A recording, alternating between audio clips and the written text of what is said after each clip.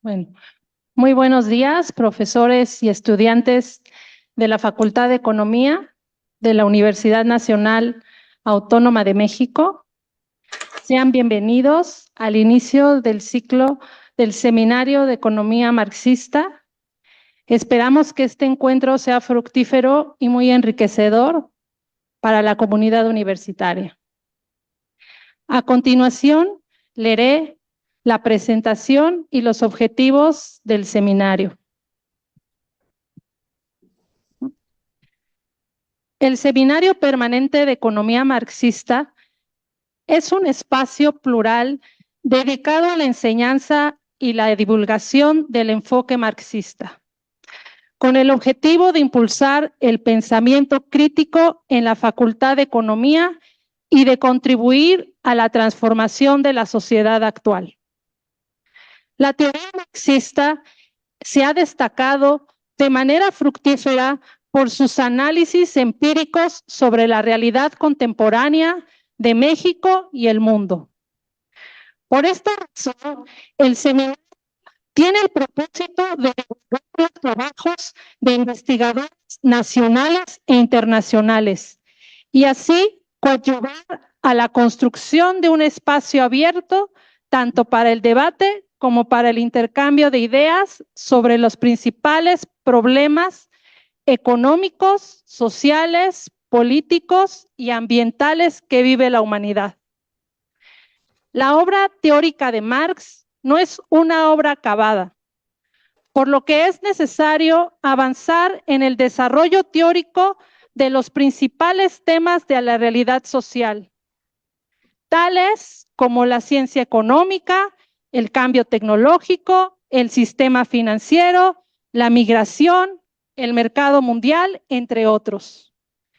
Este espacio tiene la finalidad de promover el desarrollo teórico marxista y con ello propiciar una práctica más sólida de la ciencia económica. Por lo anterior, tenemos el gusto de contar con la presencia en nuestro seminario del profesor Rolando Astarita, cuya ponencia es la teoría marxista de las crisis económicas.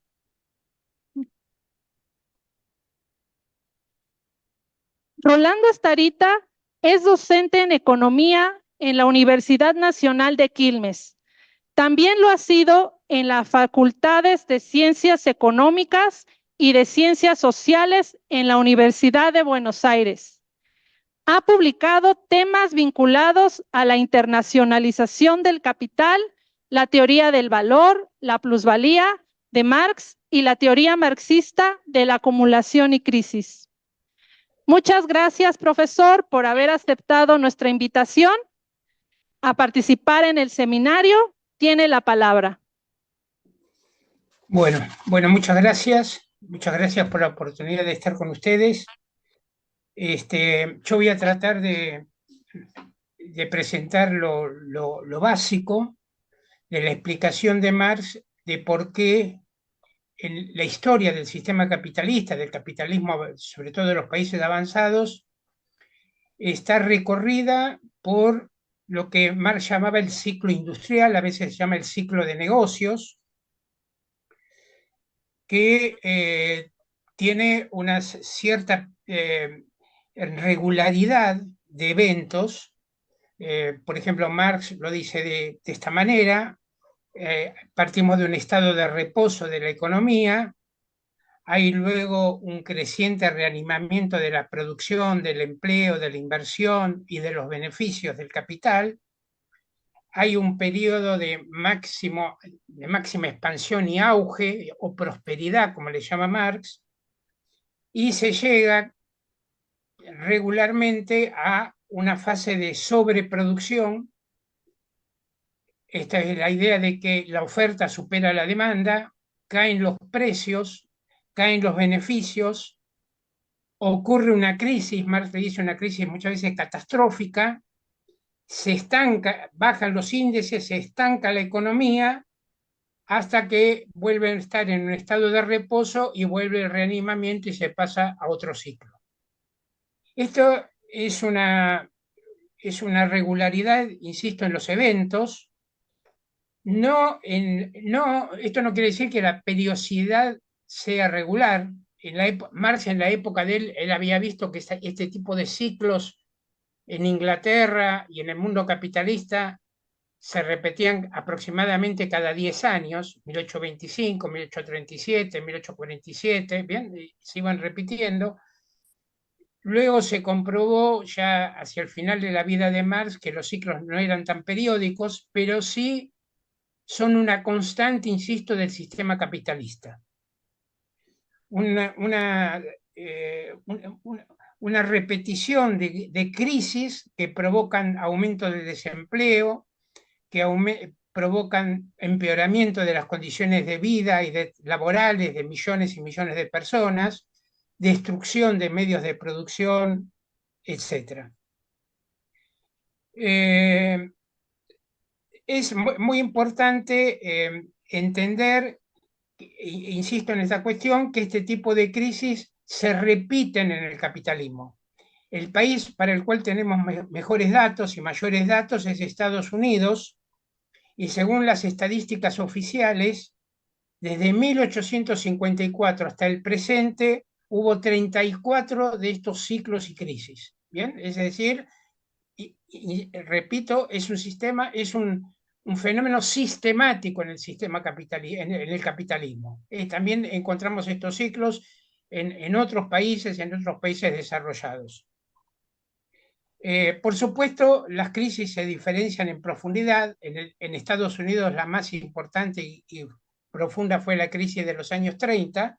El Producto Bruto Interno llegó a bajar un 33%, la desocupación se llegó a ir al 25%, pero sin tener esos niveles tan dramáticos, se han repetido este tipo de crisis. La última muy importante, la crisis del 2007-2009, con una caída global del PBI en Estados Unidos de casi el 6%.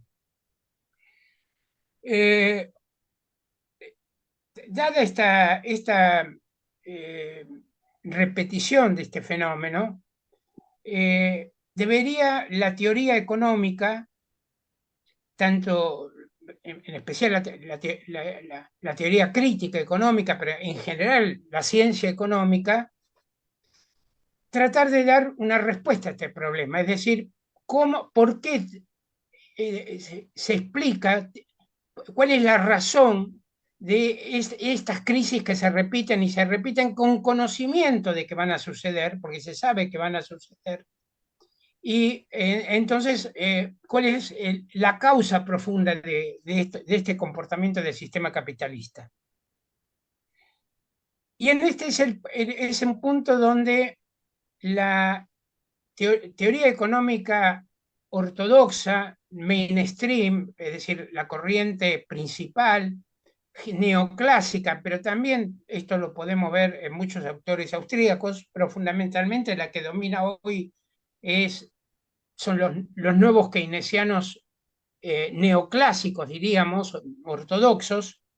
Estoy pensando, por ejemplo, en el libro de macroeconomía Blanchard, con el que se forman generaciones y generaciones de economistas. Bueno, ¿por qué esta teoría económica no tiene una explicación de la razón de estas crisis? ¿A qué se deben estas crisis? Y aquí hay una cuestión que nos lleva incluso a los inicios de la teoría económica, que es la prevalencia que sigue teniendo en el pensamiento económico lo que llamamos la ley de Say.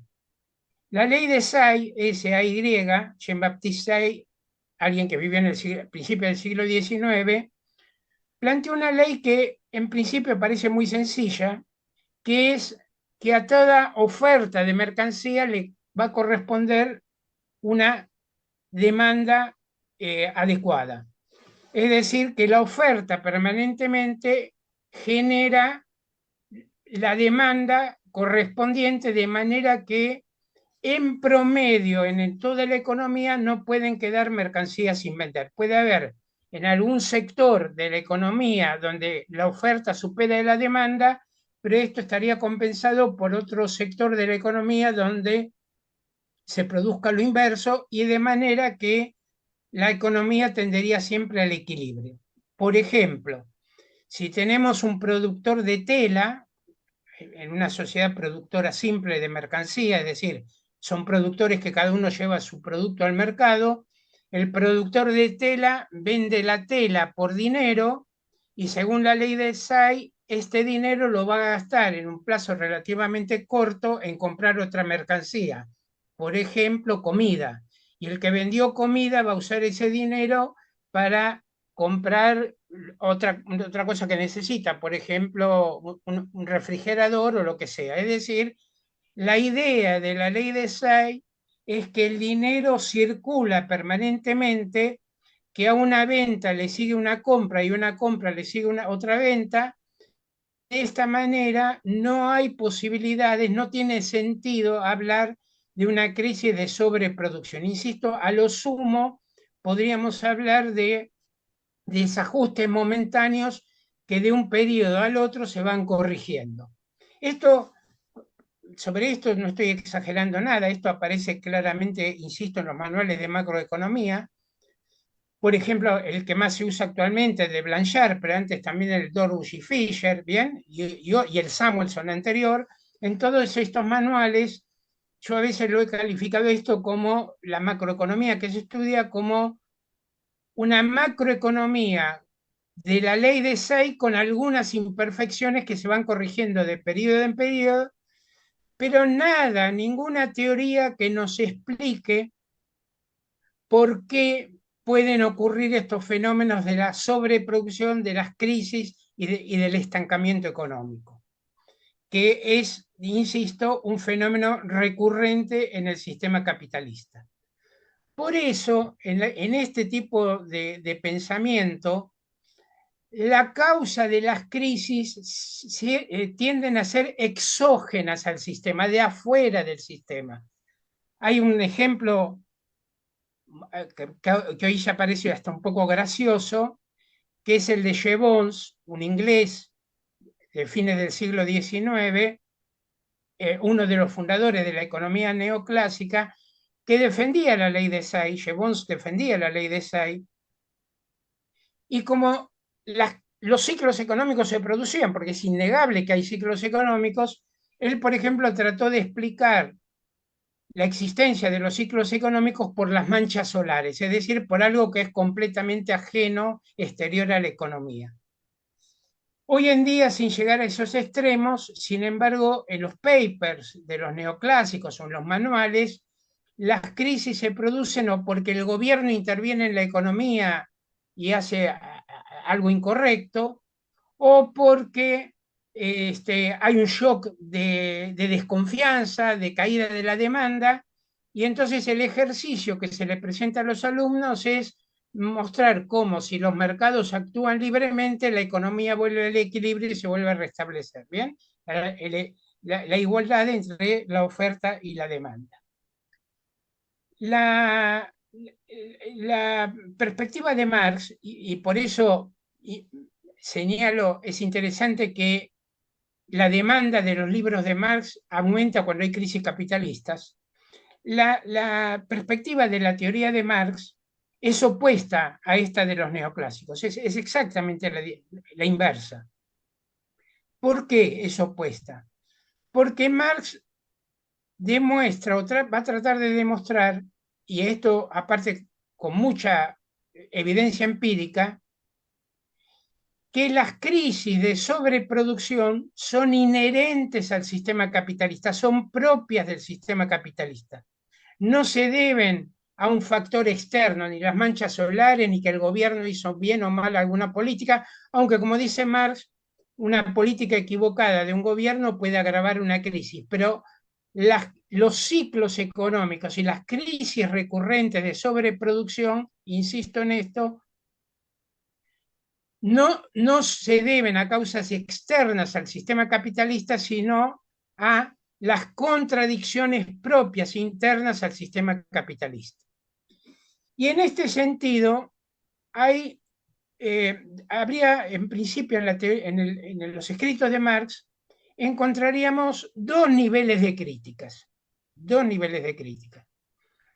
El primero es directamente una crítica a la ley de Say, en donde Marx toma el caso del productor de tela, por ejemplo, de una mercancía, que la vende por dinero y que con ese dinero compra otra mercancía, por ejemplo, comida. Según, insisto, la ley de Say, que defendía David Ricardo también, el vendedor de tela no tendría ningún motivo para retener el dinero y no comprar comida. Y el vendedor de comida no tendría ningún motivo para retener dinero y no comprar un refrigerador, por ejemplo. Lo que plantea Marx es que con la introducción del dinero, tenemos mercancía que se cambia por dinero y dinero que se cambia por mercancía. Bueno, con la introducción del dinero, que encarna valor el dinero, es una encarnación siempre presente de valor que se puede hacer efectivo inmediatamente. Con la aparición del dinero surge la posibilidad teórica, solamente teórica por ahora, de que alguien venda y no compre, atesore, esperando por algún motivo otra oportunidad para comprar. Y si esto se reproduce en muchos puntos del mercado donde van los productores de mercancías con sus mercancías, si se va repitiendo en muchos puntos, podríamos tener teóricamente, en principio, teóricamente una crisis por falta de venta, es decir, de mercancías que no se venden, que es lo típico del capitalismo, y dinero que se atesora y no se ejerce como poder de compra, es decir, dinero con el cual no se compran mercancías. Entonces Marx dice, en este caso tenemos, insisto en esto, la posibilidad teórica, todavía no sabemos bien por qué puede ocurrir, pero existe ya la posibilidad de que a una venta no le siga rápidamente una compra, como dice la ley de Say, y entonces la ley de Say no se cumple. Y si no se cumple la ley de Say, abrimos la posibilidad entonces para explicar a partir del funcionamiento interno del sistema capitalista por qué, por qué sistemáticamente, después de un periodo de años de crecimiento, auge y desarrollo económico, se llega a una fase de sobreproducción, caída de los precios, las ganancias y caída de la actividad económica. Entonces, para explicar cómo pasamos de esa posibilidad teórica que vimos recién, de que no se cumpla la ley de Say, a las circunstancias en que el sistema tiende inevitablemente a las crisis de sobreproducción, para pasar de esa instancia primera a la segunda, es que tenemos que introducir el concepto de qué es capital para Marx y cuál es la dinámica del capitalismo, del capital. Marx introduce el capital a partir de una pequeña fórmula que es: el empresario capitalista que tiene dinero compra mercancías, medios de producción, maquinaria, materia prima y fuerza de trabajo, los pone a producir y fabrica y producen una mercancía que contiene más valor que el valor invertido en principio por el empresario, por el capitalista, de manera que el ciclo es dinero, compra de mercancía, proceso productivo, mercancía valorizada, dinero valorizado. O sea, el capital introducido de esta manera va a ser para Marx valor que se valoriza, valor que crece, valor que aumenta a partir de los trabajadores que están generando valor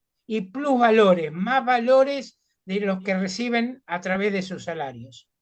Entonces aquí tenemos un circuito que es distinto al de el productor de tela que iba al mercado a vender por dinero para comprar comida. En el productor de tela que habíamos visto, el objetivo es conseguir comida, es decir, es otro valor de uso. Bien, se mueve en busca de otro valor de uso.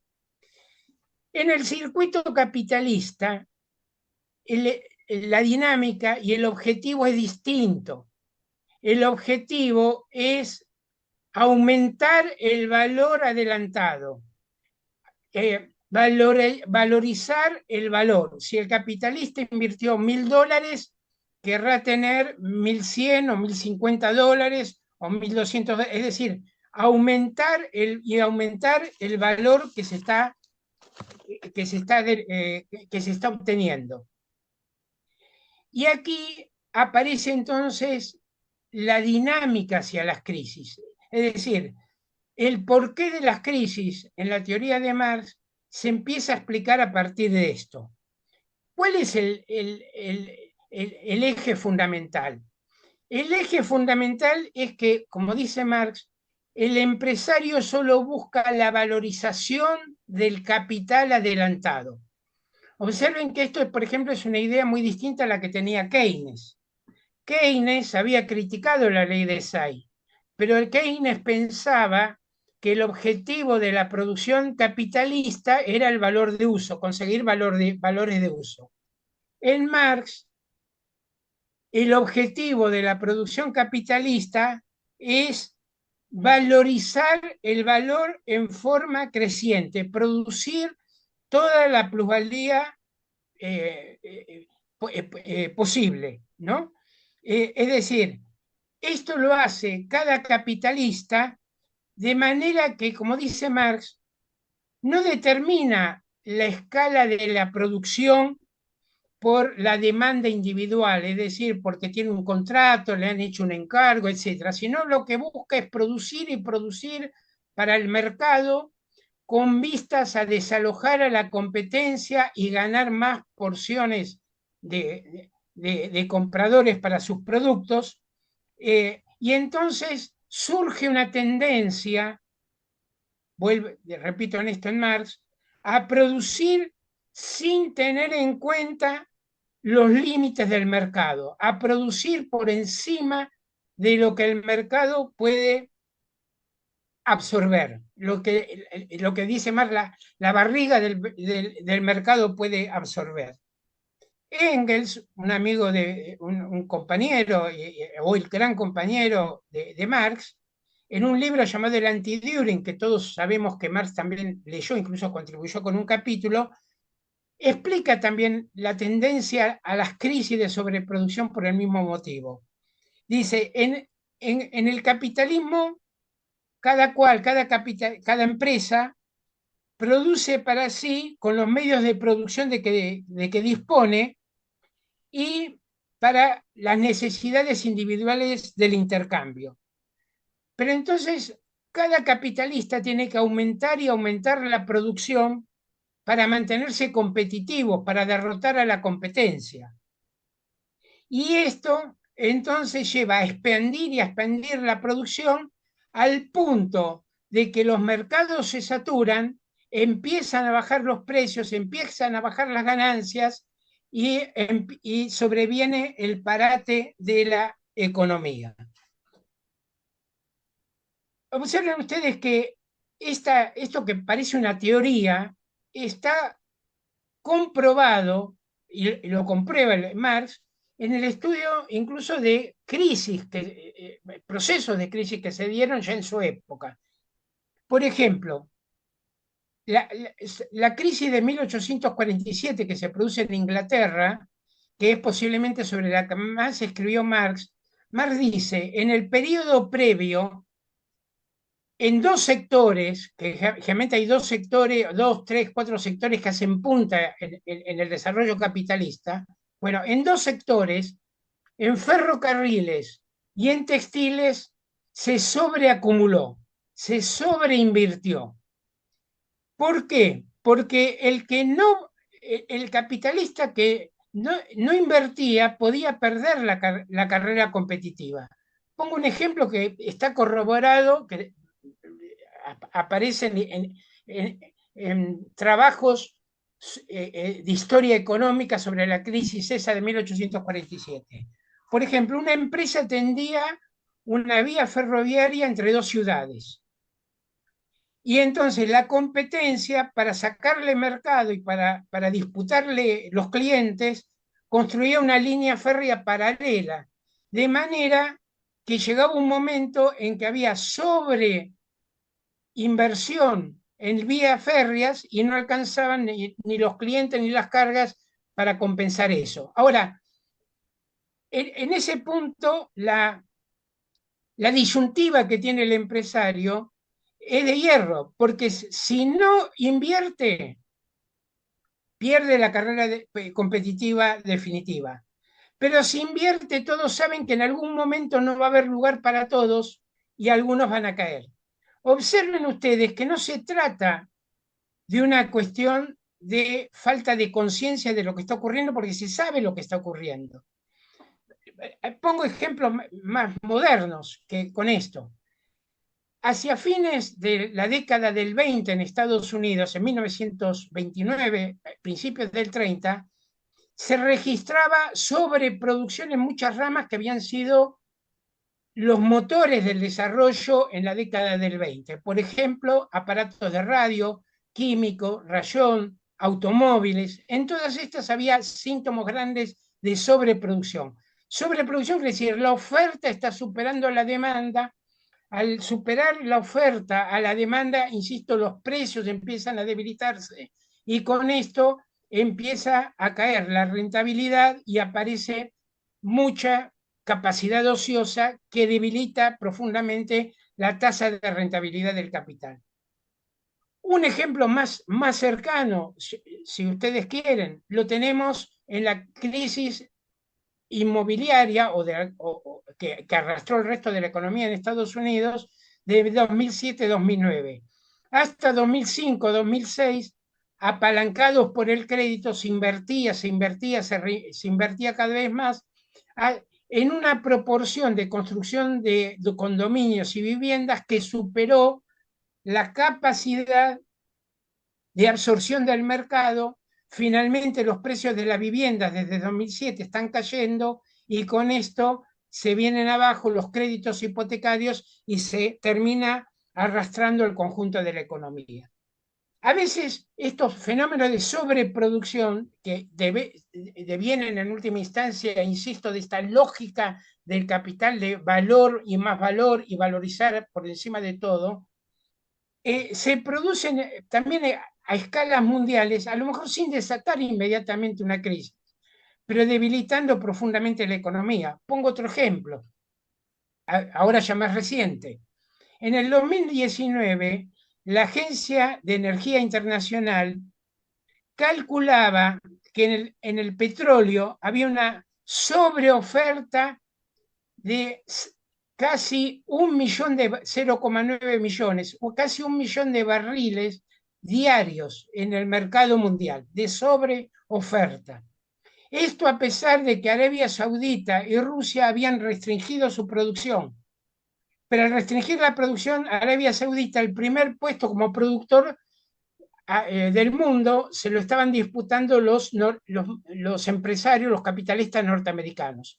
Y hacia el 2020 se proyectaba que había varios países no pertenecientes al cártel de la OPEP, pero productores de petróleo, que estaban planeando aumentar en casi 2 millones de barriles diarios la producción. Esto, insisto, a pesar de que los mercados estaban saturados.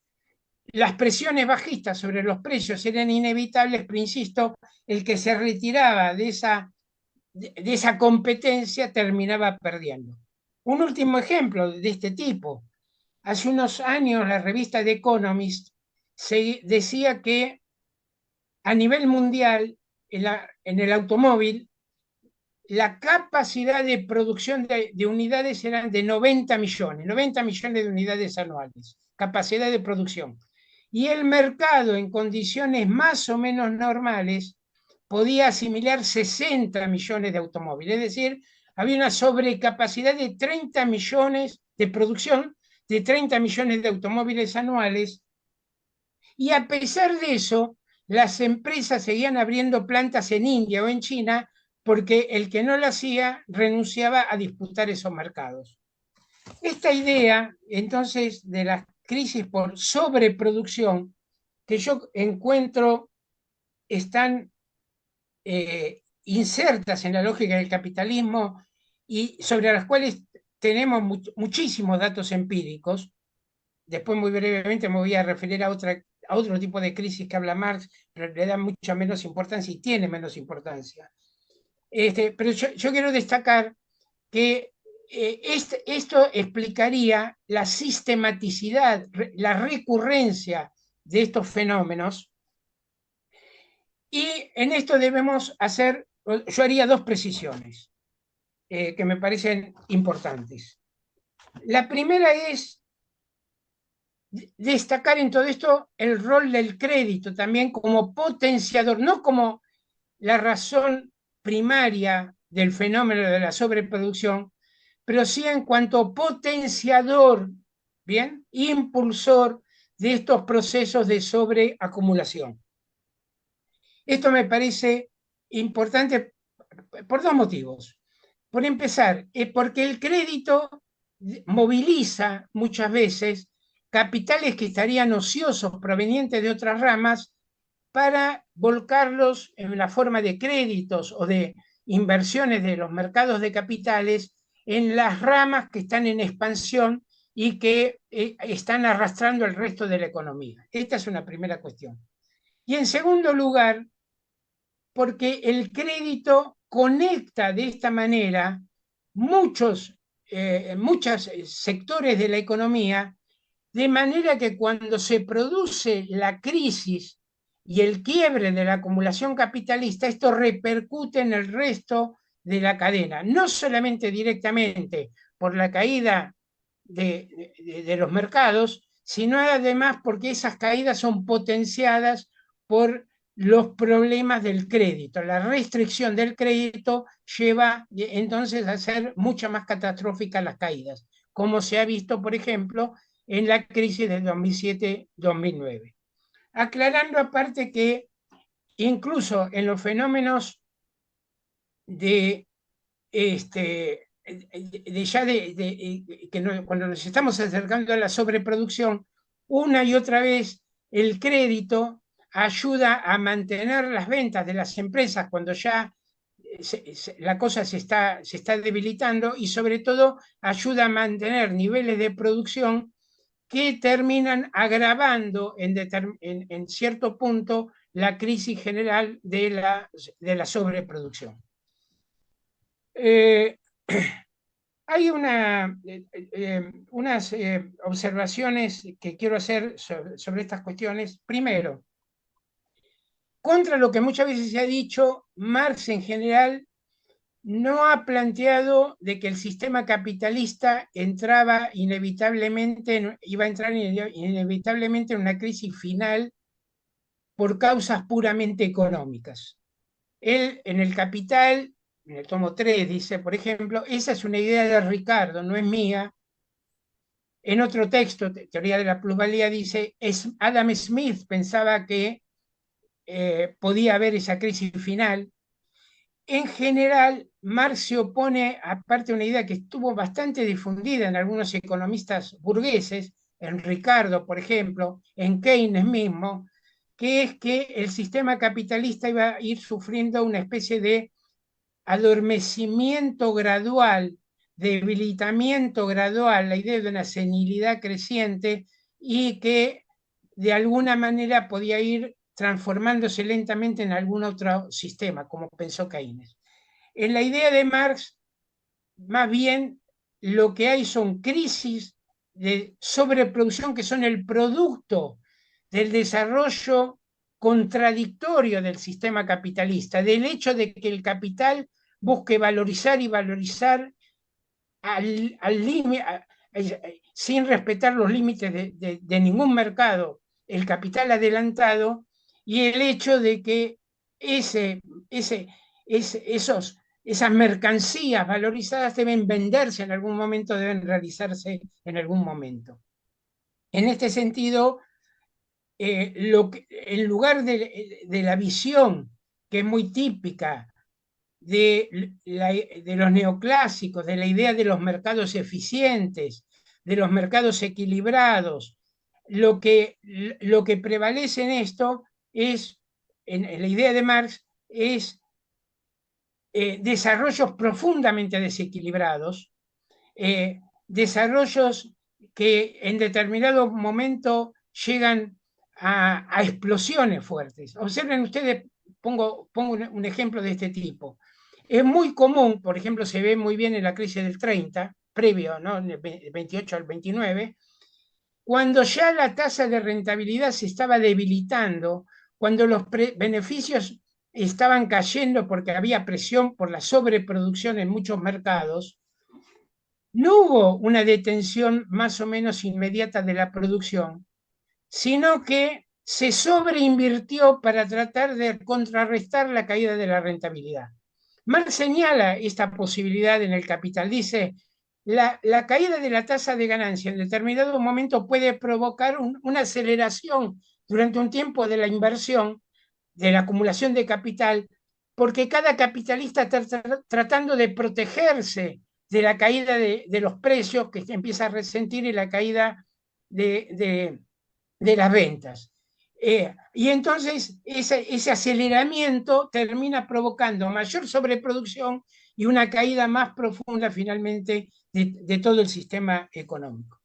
Bien, esta es, me parece a mí, la teoría de Marx de las crisis. Es una alternativa, como yo digo, a las explicaciones neoclásicas, que de hecho la han planteado siempre como motivación externa.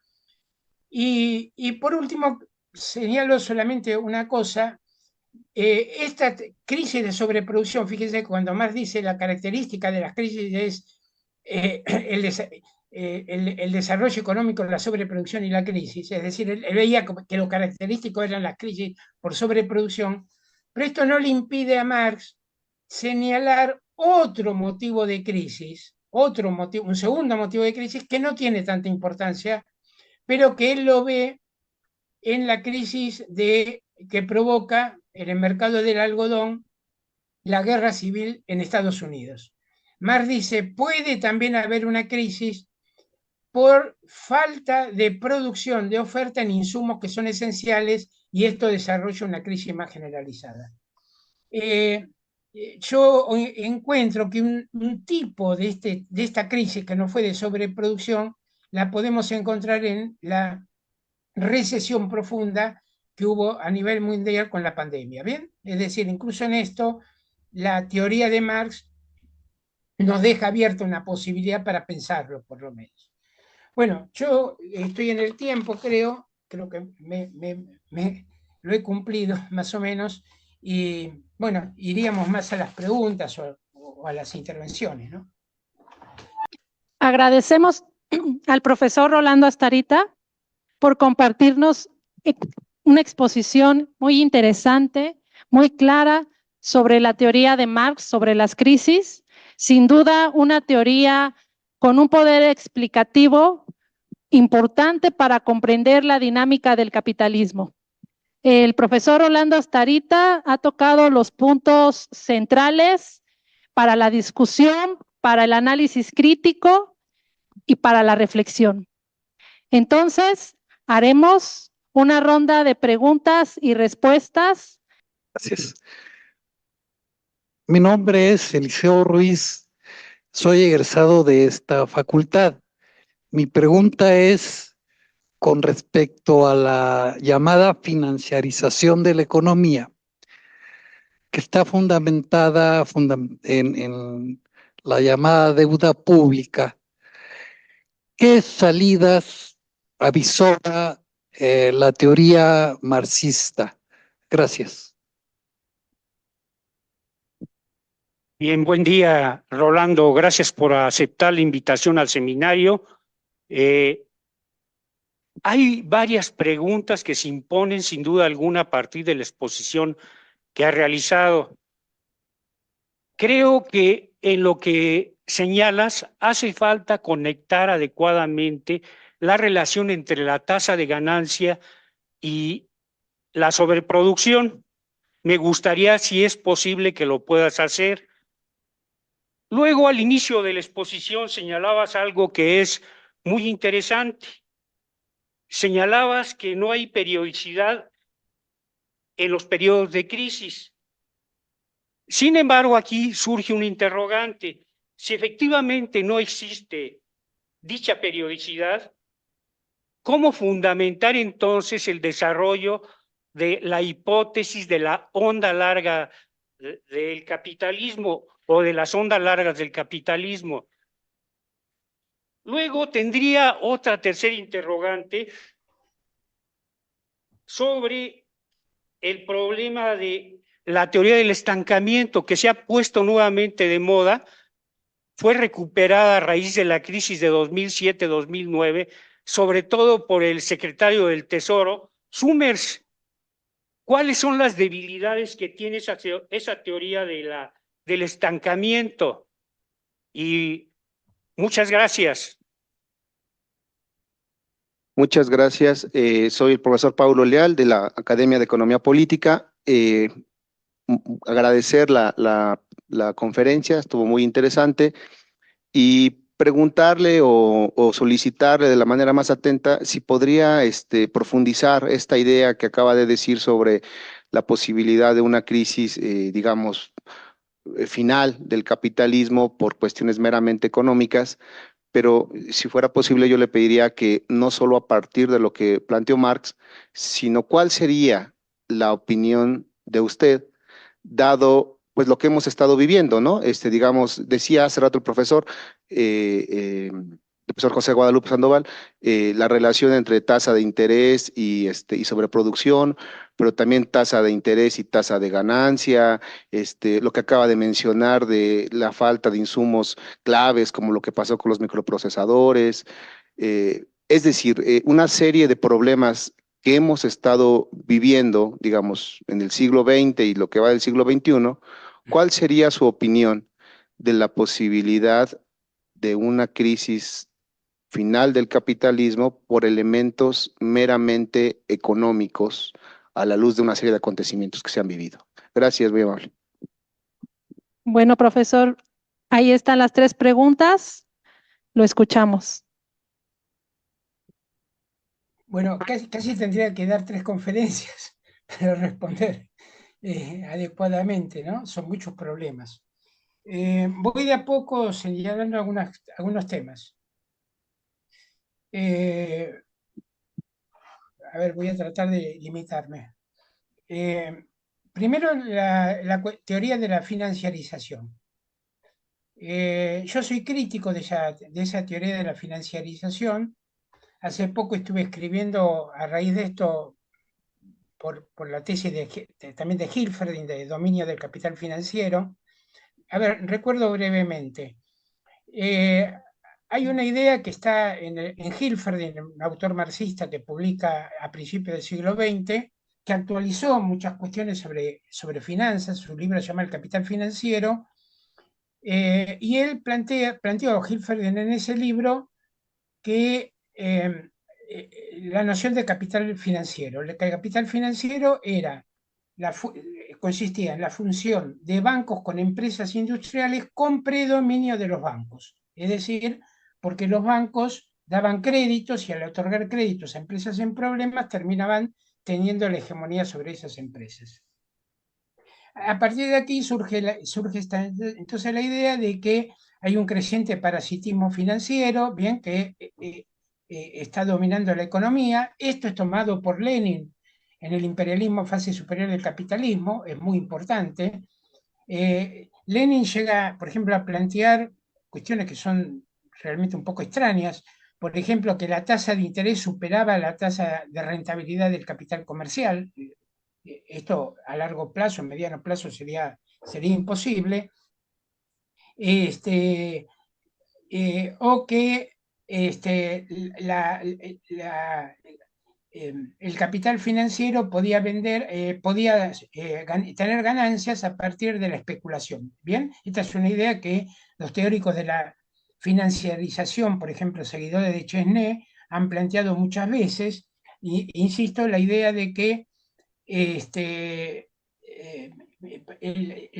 haciendo operaciones que se llama de compra y venta en corto, bien, los capitales financieros acrecientan su riqueza, su poder. Bueno, yo creo que casi todas estas cuestiones necesitan una revisión de fondo.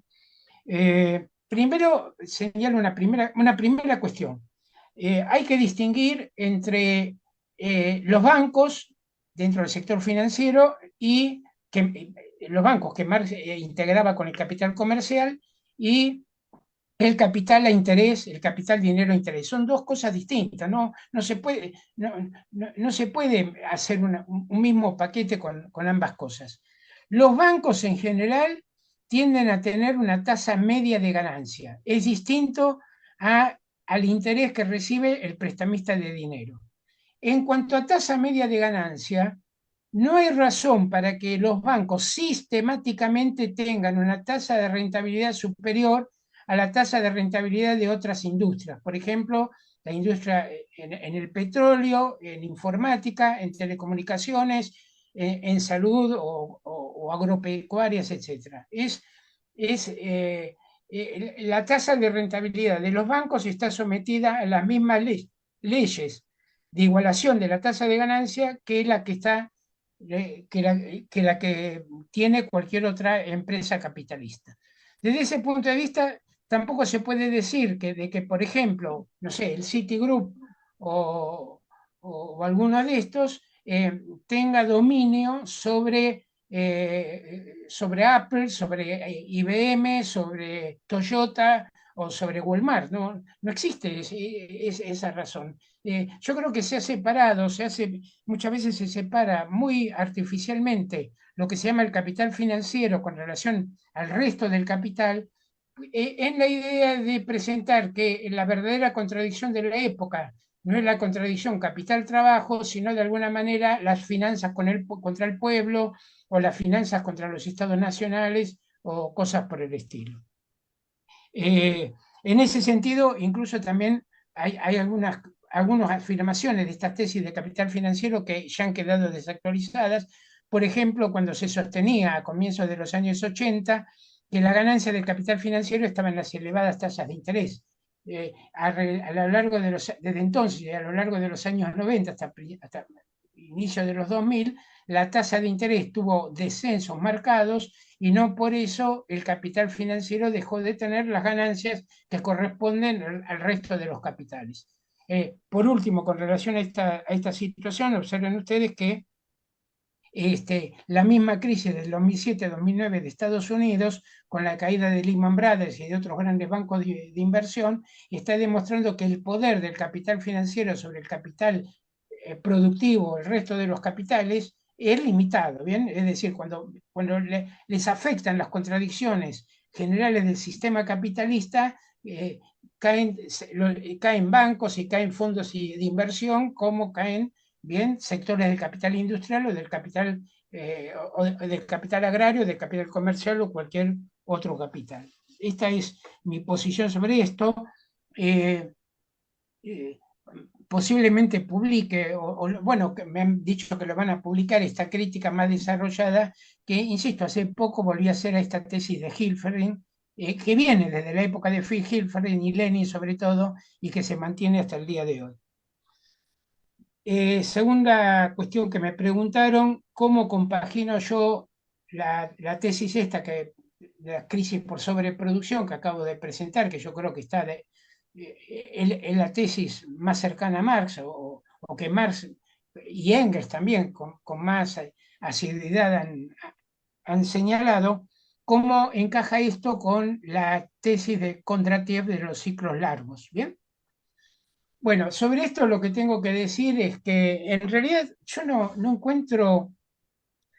encuentro base empírica para esto de los ciclos largos de Kondratiev. no veo que encaje que esto de los 25 años de ascenso o 20, 25 años de ascenso de largos ciclos capitalistas y 20, 25 años de descenso. Lo que han existido son periodos más o menos prolongados de crisis más agudas y otros periodos de situaciones más, más armónicas, diríamos, del sistema capitalista, más calmas y de acumulación más sostenida, pero no se comprueba la existencia de estas ondas largas. Señalo algunas cuestiones sobre esto, sobre todo referidas a la economía de Estados Unidos. Digo esto porque cuando se habla de esta tesis de las ondas largas, generalmente se toman los 4 o 5 países industriales más importantes del mundo. En realidad, hablar de onda larga capitalista en China en 1900 no tiene sentido, o en India, etcétera, no tiene mucho sentido. Bueno, siempre se nombra Estados Unidos, Gran Bretaña, Francia, Alemania y muchas veces tal vez Japón. En esto el papel de Estados Unidos es fundamental en la periodización. Bueno, si tomamos, por ejemplo, lo que se consideró la onda depresiva Kondratiev, 1873-1890, que señala Mandel y otros, ahí vemos que Estados Unidos no entra. Por empezar, porque la recesión de Estados Unidos ya había terminado completamente en 1879, es decir, fue 6 años, no fueron todos de recesión, y cuando se ve de conjunto el periodo de 1850 a 1914, los periodos de recesión no son cualitativamente muy diferentes a los periodos de expansión. Y ahí ya tenemos un problema serio. Segundo dato que no concuerda. Lo ocurrido con Estados Unidos en la crisis del 30. Estados Unidos no entra en crisis en 1914, recién entra en crisis en 1929 y hacia 1939, 1940 ya está saliendo claramente de la crisis. Esto sin contar que no fue todo crisis. La caída fuerte fue del 29 al 33, recuperación del 33 al 37, nueva caída 37 al 38 y salida en el 40. Pero son a lo sumo 11 años de problemas y no 25 años de recesión.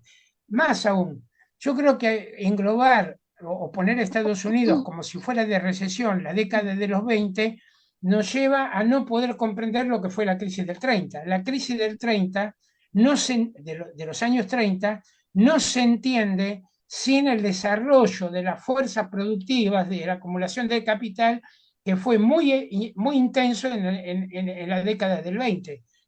No hay manera de encajarlo, ¿bien? Esta situación. Y por último, tampoco la tesis de las ondas largas parece encajar en lo que ocurrió con el capitalismo a partir de 1975. Recordemos que en la predicción de Mandel, a partir de 1970 o 1975, podría haber 20, 25 años de recesión de la economía capitalista, que esto incluiría, por ejemplo, entre otras cosas, la contracción del mercado mundial, ¿bien? Y la resolución de esa crisis por nuevas guerras mundiales con centenares de millones de muertos e incluso con regímenes tan represivos que provocarían lobotomías a sus adversarios ya en los campos de concentración, etcétera, etcétera. Bueno, con este enfoque yo creo que es imposible entender la mundialización o la globalización del capital, la entrada del capital en China a partir de fines de los 70 o principios de los 80, posteriormente la entrada del capital en los países del este y en la ex Unión Soviética. Es difícil encajar esto en una onda larga depresiva del mercado mundial y de la producción capitalista.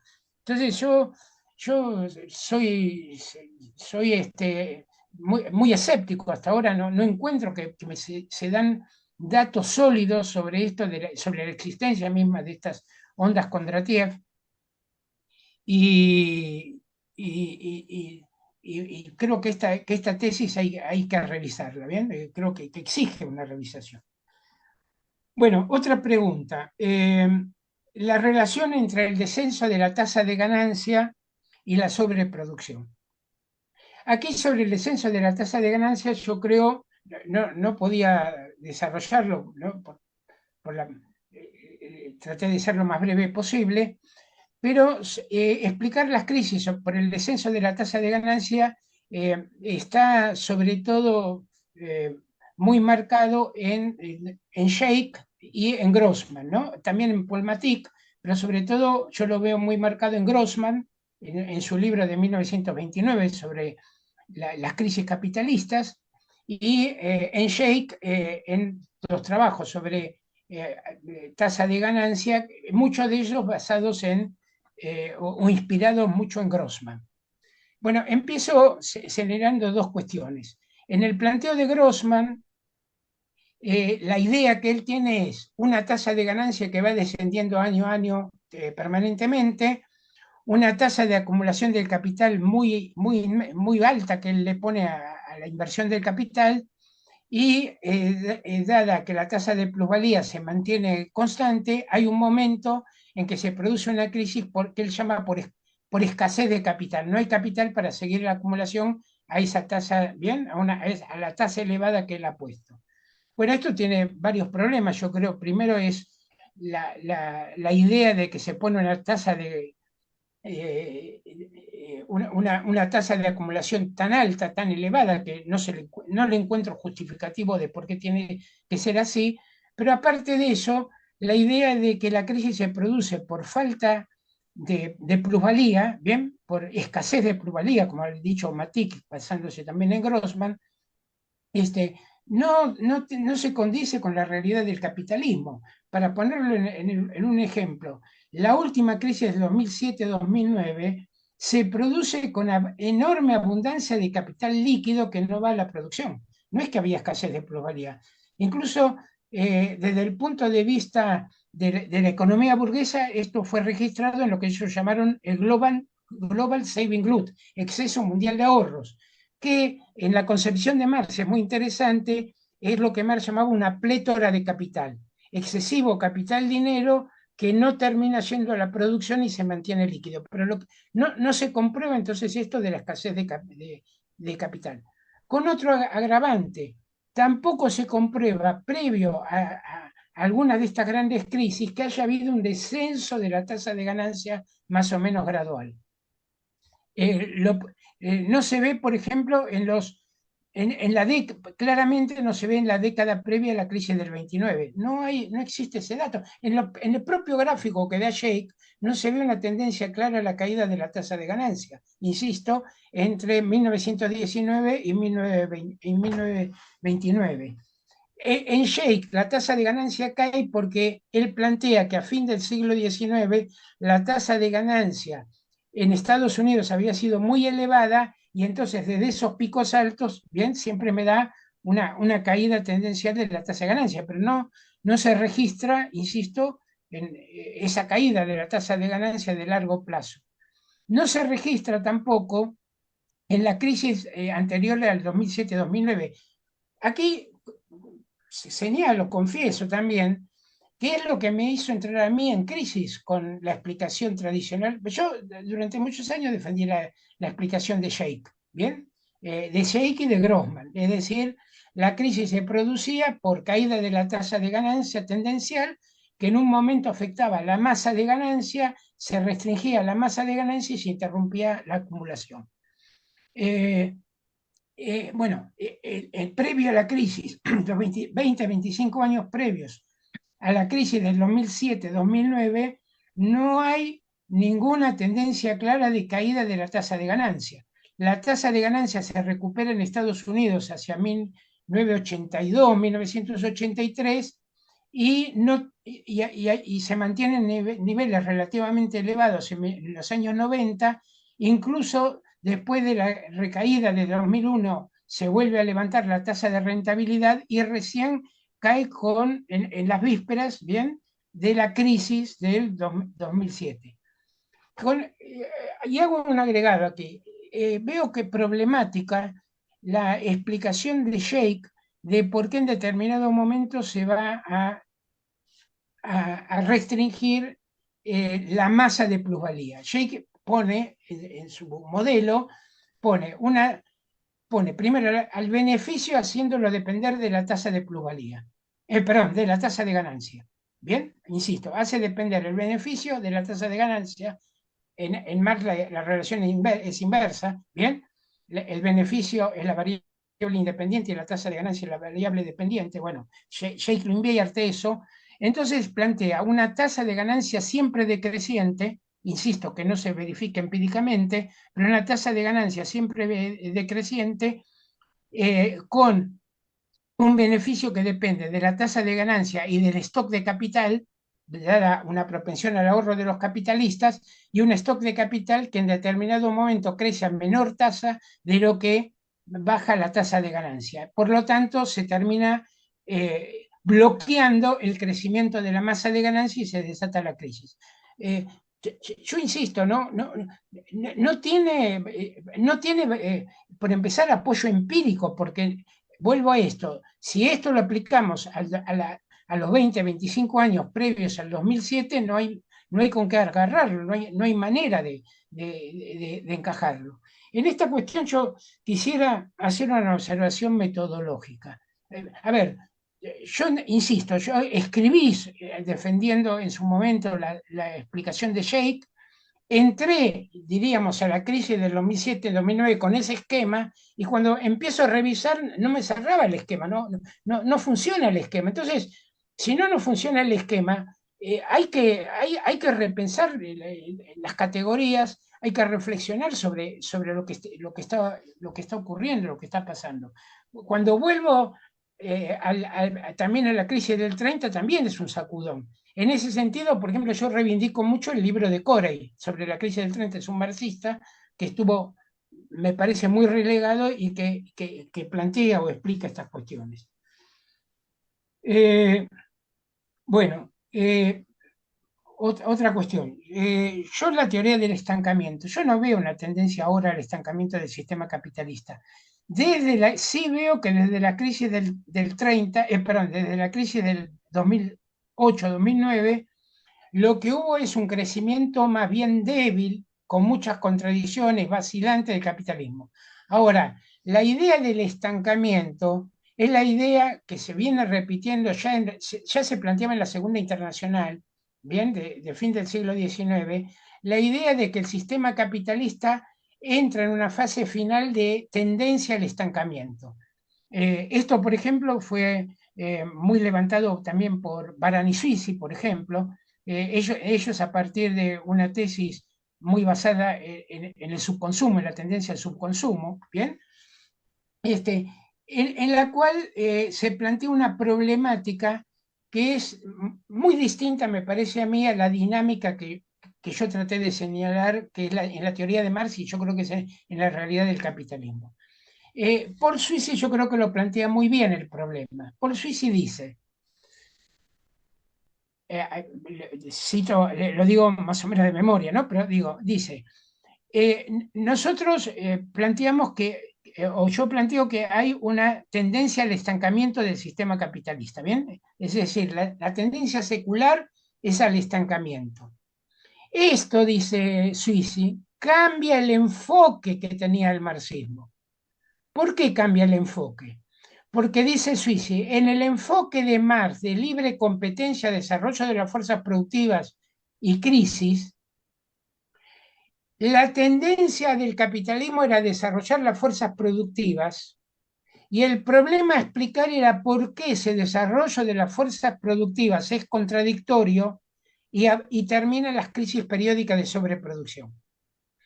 En el enfoque, el estancamiento es lo que predomina como tendencia. El problema se invierte.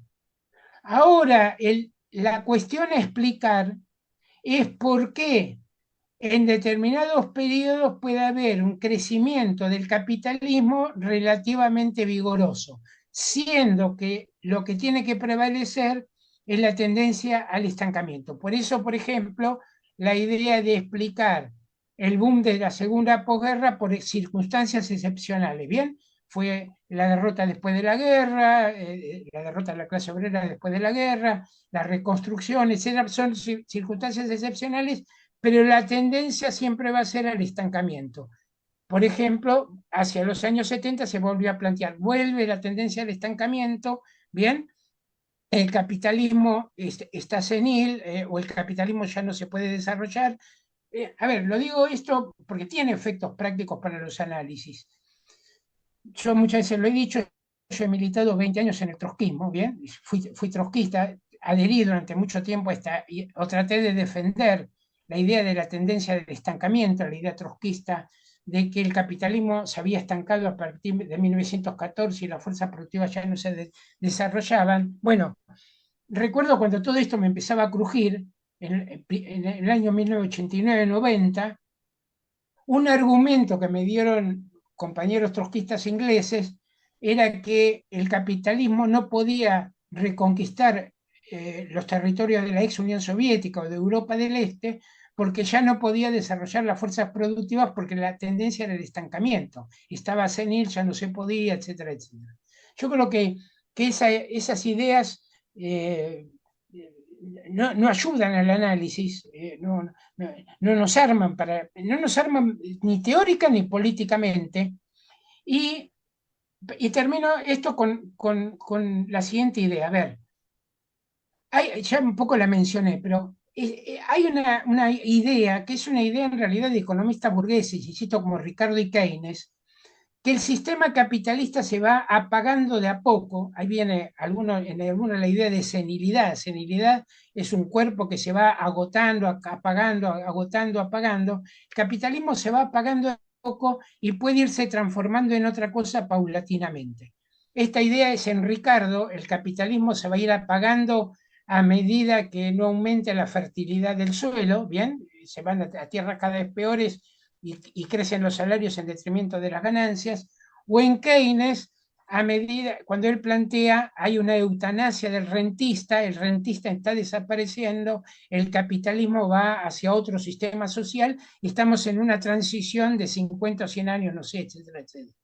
En el enfoque de Marx, no hay por ahora no se avisora al menos, la idea de que, o por qué puede haber una extinción paulatina del sistema capitalista de largo plazo.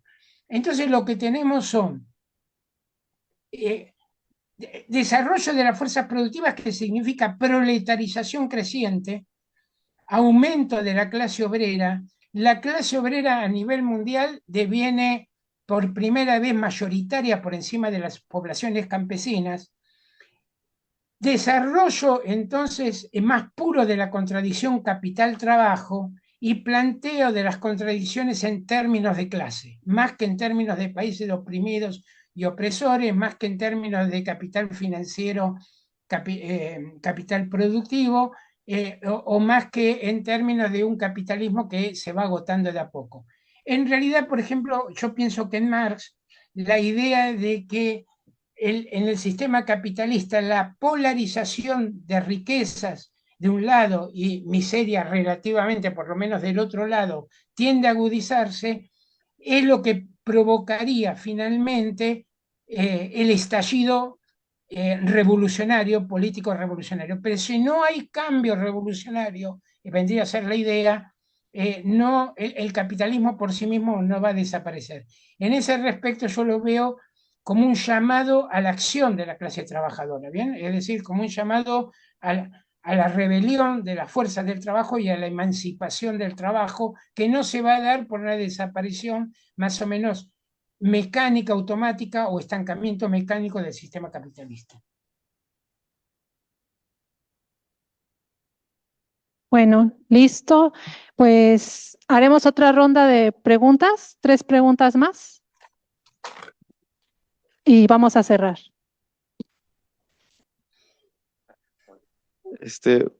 Buenos días. Mi nombre es Jonathan Castro y para el final de la presentación habló sobre cómo la falta de producción también puede llevar a una crisis. ¿Podría enfatizar más en ello? O sea, explicarlo más detalladamente. Bueno, voy a hacer otra pregunta. ¿Existe evidencia empírica de que las crisis asociadas a los ciclos sean cada vez más profundas o de mayor duración o bien más frecuentes? ¿Alguna otra pregunta? Bueno, la otra es, en el planteamiento de la Ley General de Acumulación Capitalista, cuando Marx plantea, suena la hora postrera de la sociedad capitalista, los expropiadores serán expropiados. ¿No está presente la idea de una crisis terminal de este modo de producción? Esas son las preguntas, profesor. Bien. Bueno, con relación a la primera pregunta, por falta de producción. Primero, dado que el encuentro es sobre la teoría de Marx, quisiera señalar que Marx desarrolla poco este tema, pero está de todas maneras está señalado en el Capital y en teorías de la plusvalía, sobre todo en teorías de la plusvalía. Hay una cuestión que recomiendo al que le interese estas cuestiones. Yo he recogido mucho de eso. En el segundo tomo de la teoría de las plusvalías, en la edición de Cartago, el capítulo 17 creo que era, hay una extensa discusión de Marx sobre la teoría de las crisis. Me parece que es muy útil esa discusión. Bueno, ahí Marx plantea, también puede haber una crisis por, diríamos, falta de materia prima, por falta de insumos. Él tiene presente, en este caso, la crisis que se produce por la guerra civil en Estados Unidos, que interrumpe los suministros de algodón. Bien, y ahí se produce, entonces se desata una crisis, hay que buscar otra fuente de aprovisionamiento, suben los costos de producción y Marx ahí registra, insisto, una crisis como asociada de manera muy directa a la guerra civil americana y, insisto, el suministro de la provisión de algodón. De todas maneras, cuando Marx generaliza, también Engels, cuando generalizan sobre las crisis, siempre se refieren a crisis de sobreproducción, ¿bien? Como si esa fuera la causa más frecuente, importante, recurrente de las grandes crisis capitalistas, y yo creo que en eso tienen razón, pero cuando se desató el tema de la pandemia y había empresas que cerraban porque no tenían aprovisionamientos, más dadas las cadenas globales de valor de actualmente, a mí me reflotó esa vieja idea de Marx, ¿bien? Es decir, puede haber una crisis también en este caso, por estrangulamiento de la oferta, porque en muchos lugares no se podía contratar obreros, ¿bien? O no se podía contratar, los obreros tenían que estar en sus casas, encerrados, etcétera, y se caía la oferta.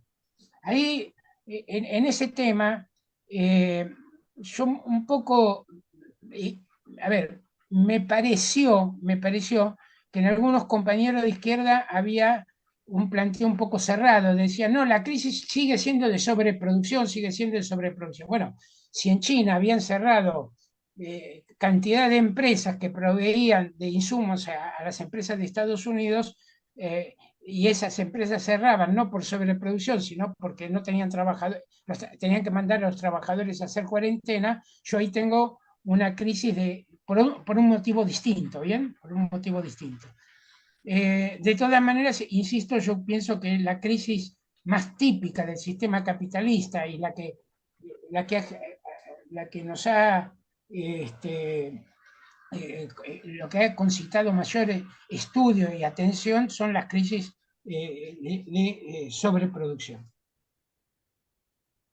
Bueno, segundo, si hay evidencia de que las crisis sean cada vez más profundas, yo no encuentro, yo durante mucho tiempo pensé que sí, que iban a ser las crisis cada vez más profundas. Claramente, por ejemplo, la crisis del 2007 y 2009 yo no veo que haya sido más profunda que la crisis del 30, no ha sido claramente más profunda, tampoco de mayor duración.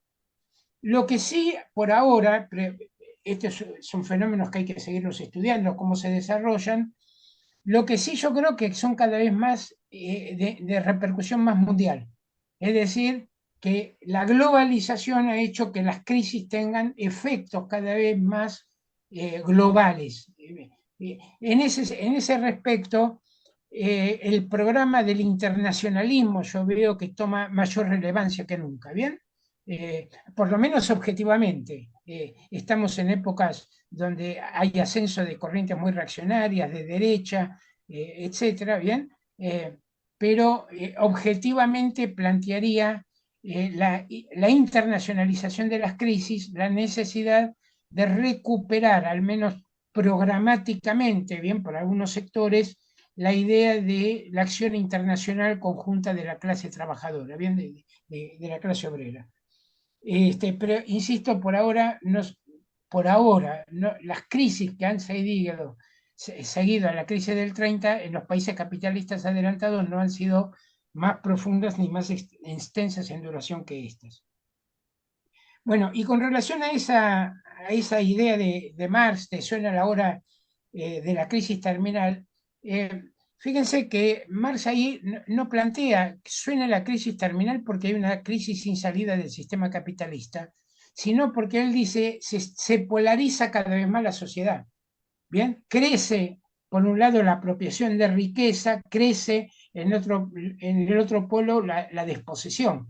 Entonces ahí lo que está en juego es la dinámica del capitalismo, ese crecimiento de esa agudización de la polarización entre un puñado, 10%, pongámosle 10% de la población mundial que acumula el 60-70% de la riqueza mundial. Estoy haciendo una aproximación de medio de memoria, pero esa agudización se debe al desarrollo de las fuerzas productivas del capitalismo que genera su negación interna. Pero para que haya negación interna tiene que haber clase obrera, y para que haya clase obrera no puede haber estancamiento. A ver, Trotsky en ese sentido lo había visto bien.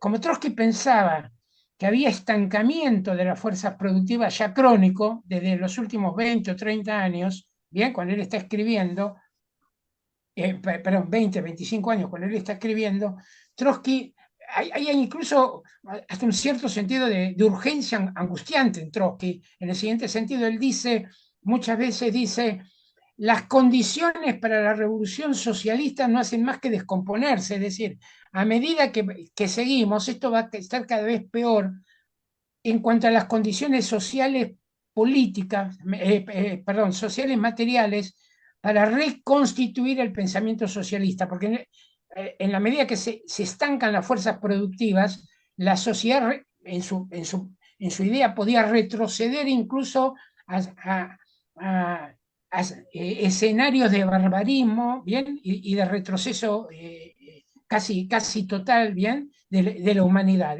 Él casi en ese sentido es un llamamiento, insisto, angustioso, de decir, o se hace ahora o retrocedemos a la barbarie y cosas por el estilo.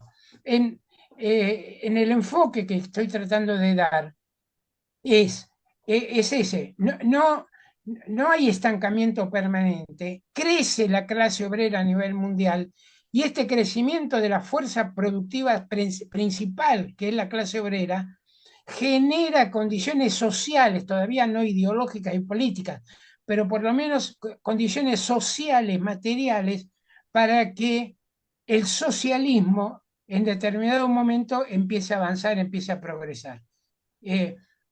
O sea, la lucha por el socialismo tiene esa base, en mi opinión, real, sólida.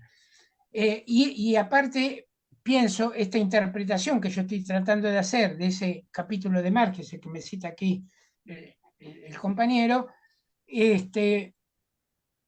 esta interpretación encaja con esa idea de Marx cuando él dice la afirmación de que puede haber una caída del capitalismo, una desaparición del capitalismo por causas puramente económicas es de David Ricardo, no es mía.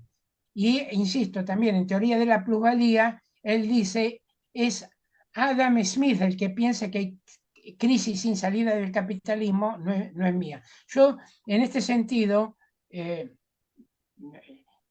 por ejemplo, lo he planteado muchas veces en Argentina.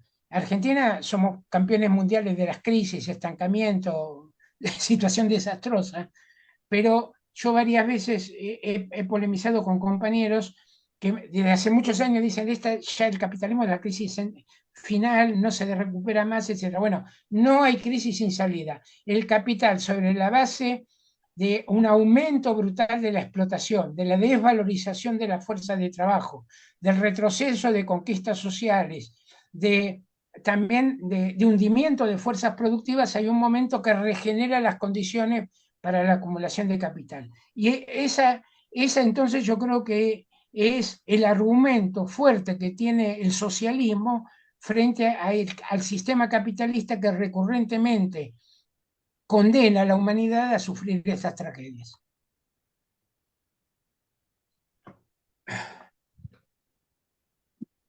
Bueno, agradecemos la presencia de todos los asistentes a este encuentro y también la presencia del profesor invitado Rolando Astarita.